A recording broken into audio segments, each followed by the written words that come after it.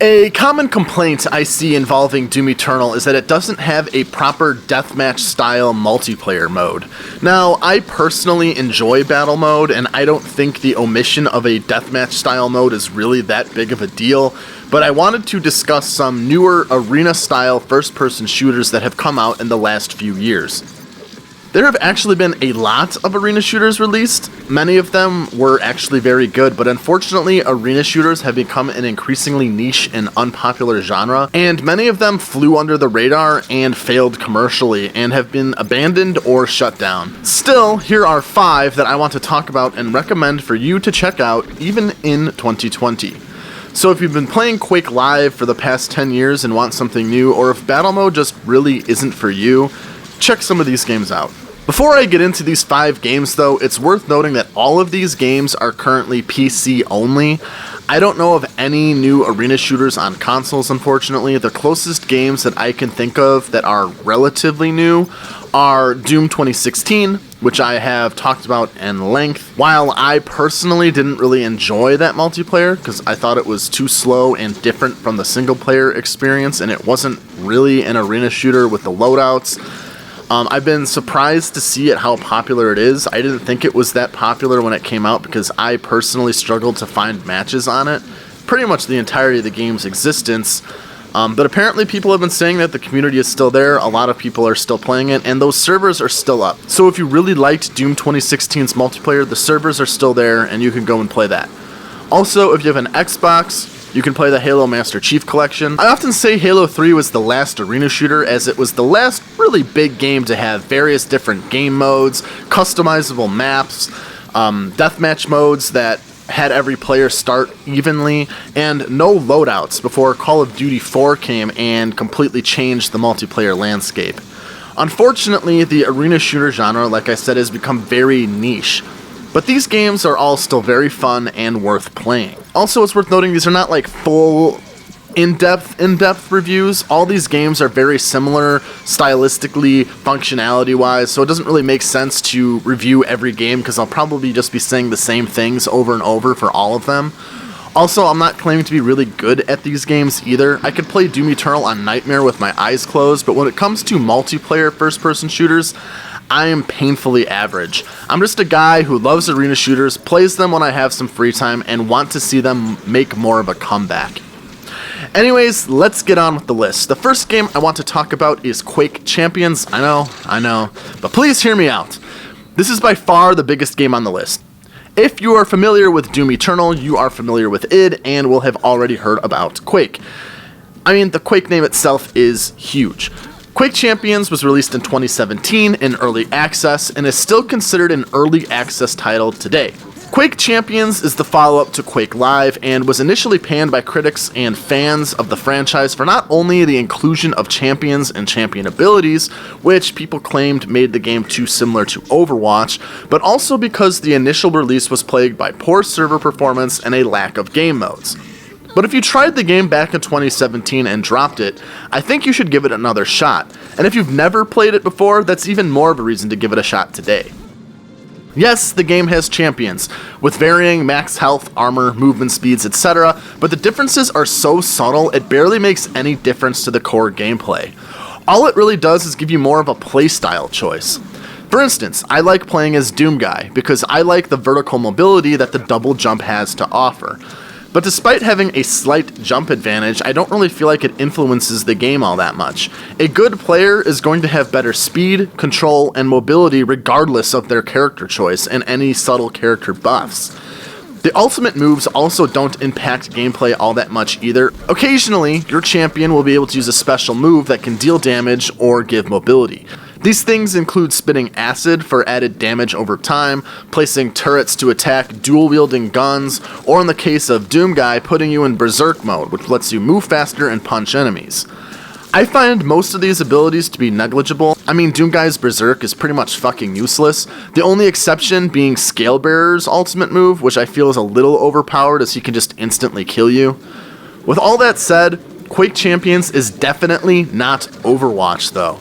None of the game modes reflect anything presented in Overwatch. All of the characters play basically the exact same, and like I said, the stat differences and ultimate moves don't impact the game all that much. I'm sure that there is some sort of meta that pro players are familiar with, but casual players won't feel the impact of the special moves or the subtle character differences.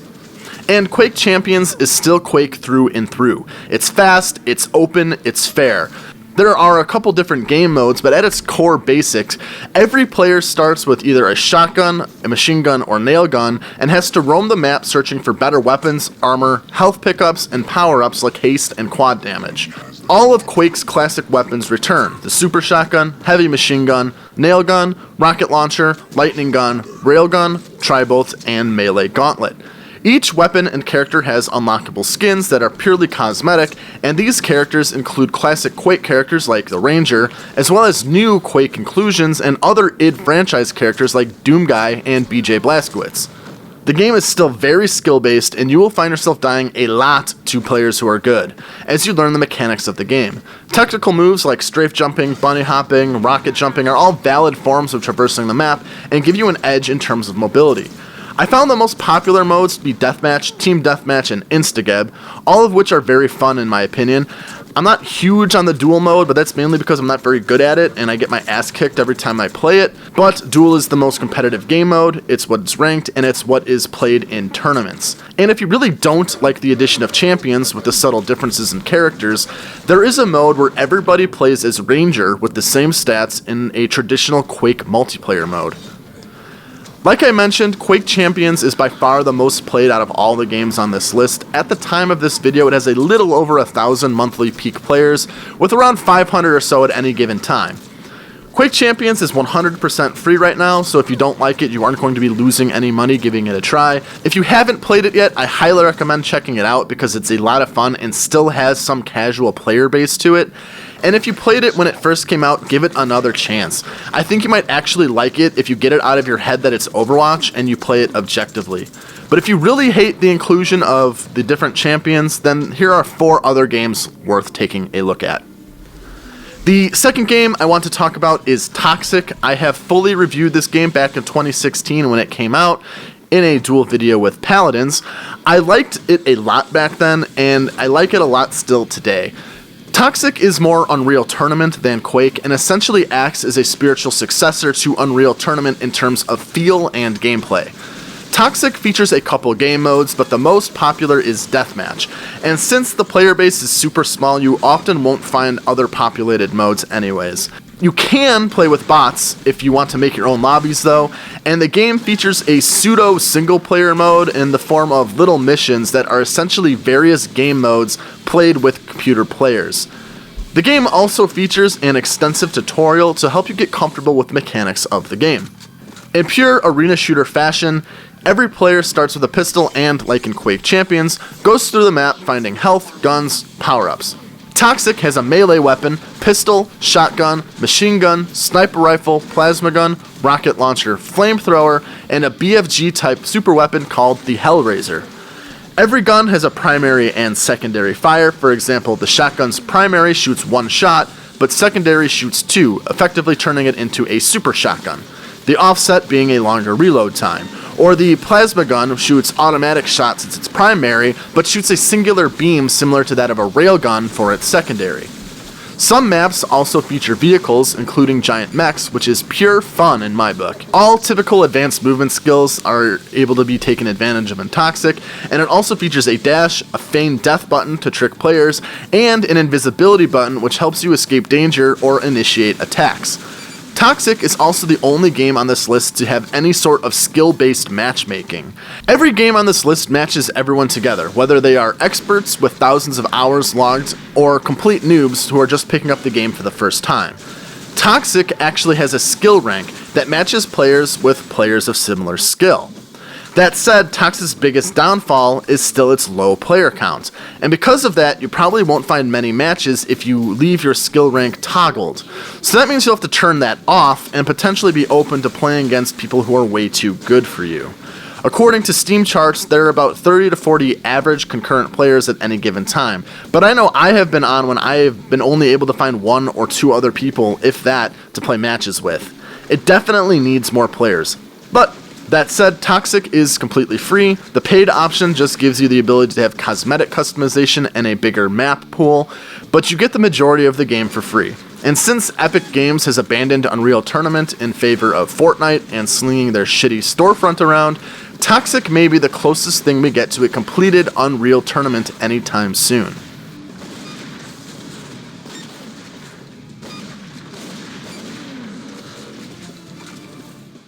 The third game I want to discuss is Goat of Duty. Now, given the name, you might think it's a parody Call of Duty game in Goat Simulator or something like that, but you'd be wrong. Goat of Duty is actually an old-school, fast-paced arena first-person shooter where you play as goats. Sure, there's definitely a lot of humor and zaniness to it, but it's a lot of fun, and I can recommend it as a solid arena shooter in its own right. There are several game modes to play, including things like Deathmatch, Team Deathmatch, a kind of Juggernaut mode where you score points by being a bigger goat and charging other players, a mode where your weapons change every time you get a kill, and a mode where you have to push other players off ledges with a shout gun. Speaking of guns, you have a wide variety of guns, including machine guns, shotguns, railguns, rocket launchers, grenade launchers, and that shout gun, which I mentioned, amongst others. A unique mechanic to this game is the ability to headbutt other goats, which not only does damage, but sends them flying away from you. Gameplay is frantic, fast, and over the top, with lots of blood and gore, as goats explode into little chunks, and fountains of blood shoot out when one loses their head.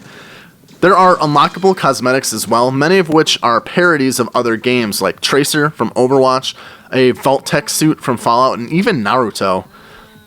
Goat of Duty is an early access title, and because of that, it suffers from some performance issues. I had some frame issues, which required me to drop certain settings like shadows and textures. There are also server issues resulting in lag. The lag isn't horrible most of the time, but it's there. Ultimately, like with Toxikk, Goat of Duty suffers from a small player base, clocking in at around 20 to 30 players at any given time according to Steam charts. But there are still times when I haven't been able to find any players on, though there have been times when I've been able to find full lobbies as well, so it kind of depends when people are playing. And if you can't find other people to play with, you can still play bot matches too. Goat of Duty costs $10, so there is a little bit of barrier to entry. $10 really isn't a lot, but considering it's in early access and already has a very small player pool, I can understand why somebody would be put off from purchasing the game. Still, I think it's solid, and if it had a bigger player base, it would definitely be a game worth checking out.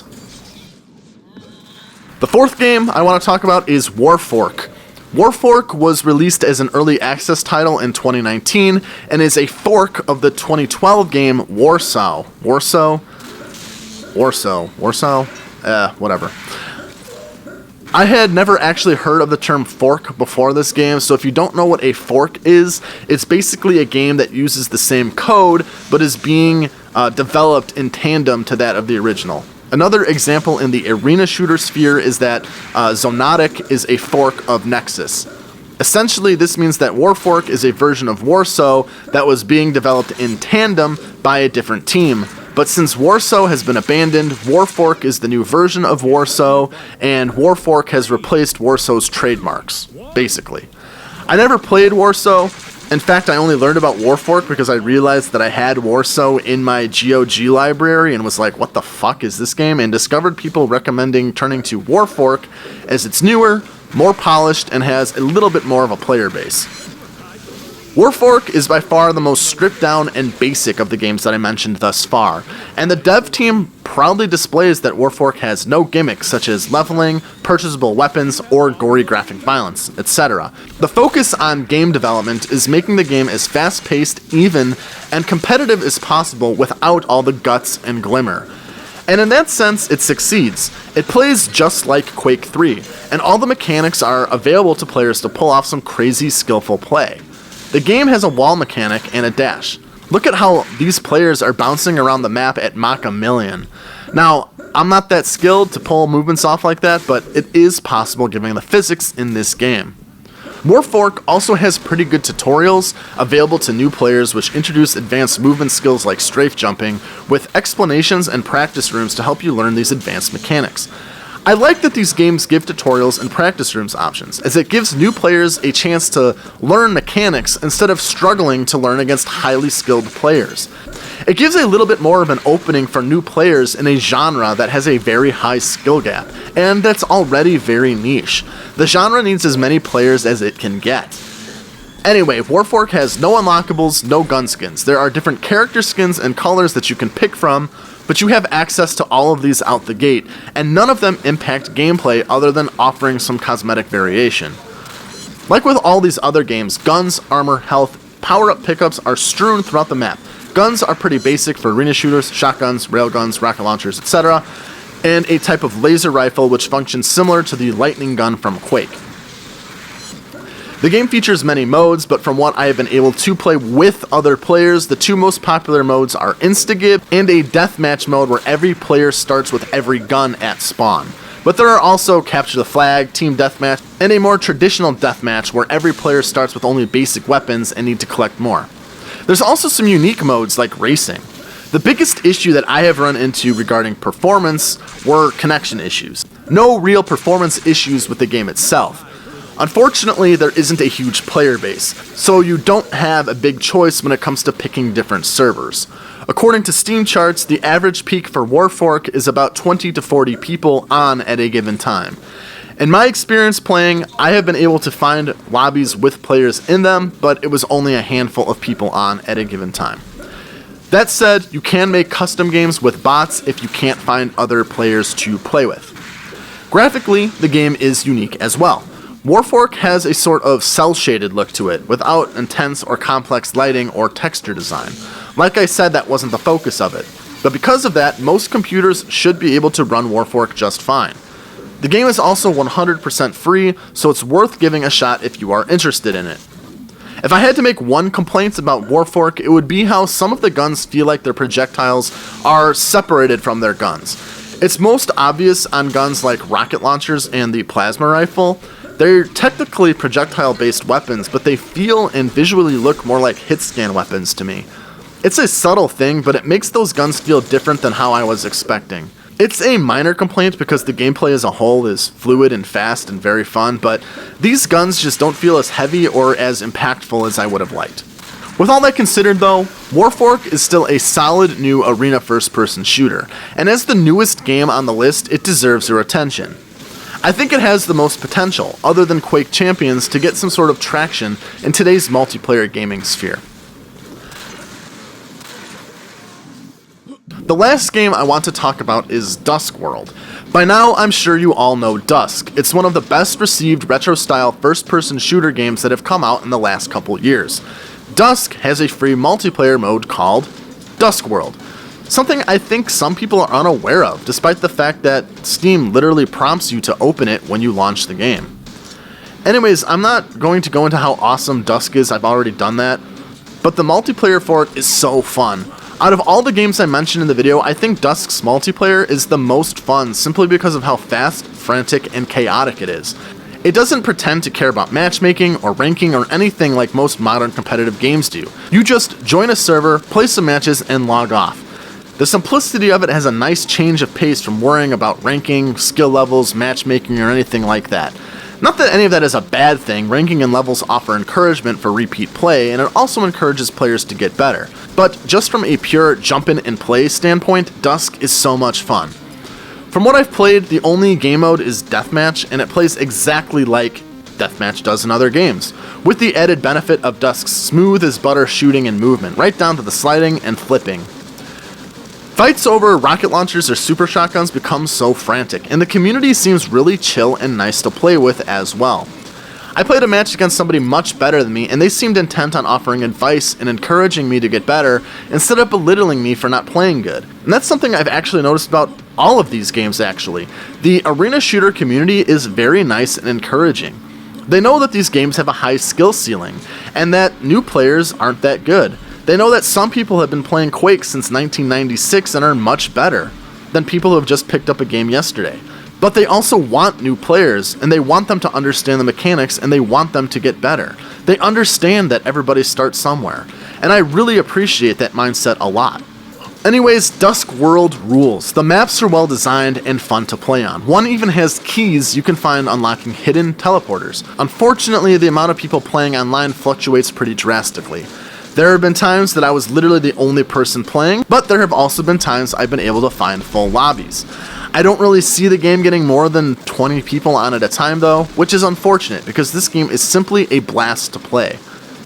There is an official Discord which seems to facilitate hosting servers for when more people can get on and play, but I don't use Discord, so my playing experience was kind of up to luck of the draw. The biggest issue with Dusk World would be that there is no way to play with bots. This means that you are entirely at the mercy of hoping that other people can get on when you are getting on, and you can't really practice your skills beyond movement when you can't fight bots. Though, with Dusk, you do have an entire single player game to play as well. So yeah, here were 5 newer arena shooters that I think you should check out. They're all a lot of fun, they all have their pros and cons, but they are all worthwhile games. The biggest downfall of all of them is that limited player base. But if you can find a time when there are other people on, they're so worth it. I wish arena shooters would make a real comeback. And who knows, maybe if Doom Eternal had an actual arena shooter deathmatch mode, people would have actually played it this time around, but I also understand why it made Battle Mode instead, and I still like Battle Mode. But regardless, like I said, here are 5 games worth checking out if you want something more traditional. So which one of these games are your favorite? Are there any other new arena shooters coming out that you think are worth checking out? Let me know in the comments so I can check those games out as well. Thanks for watching.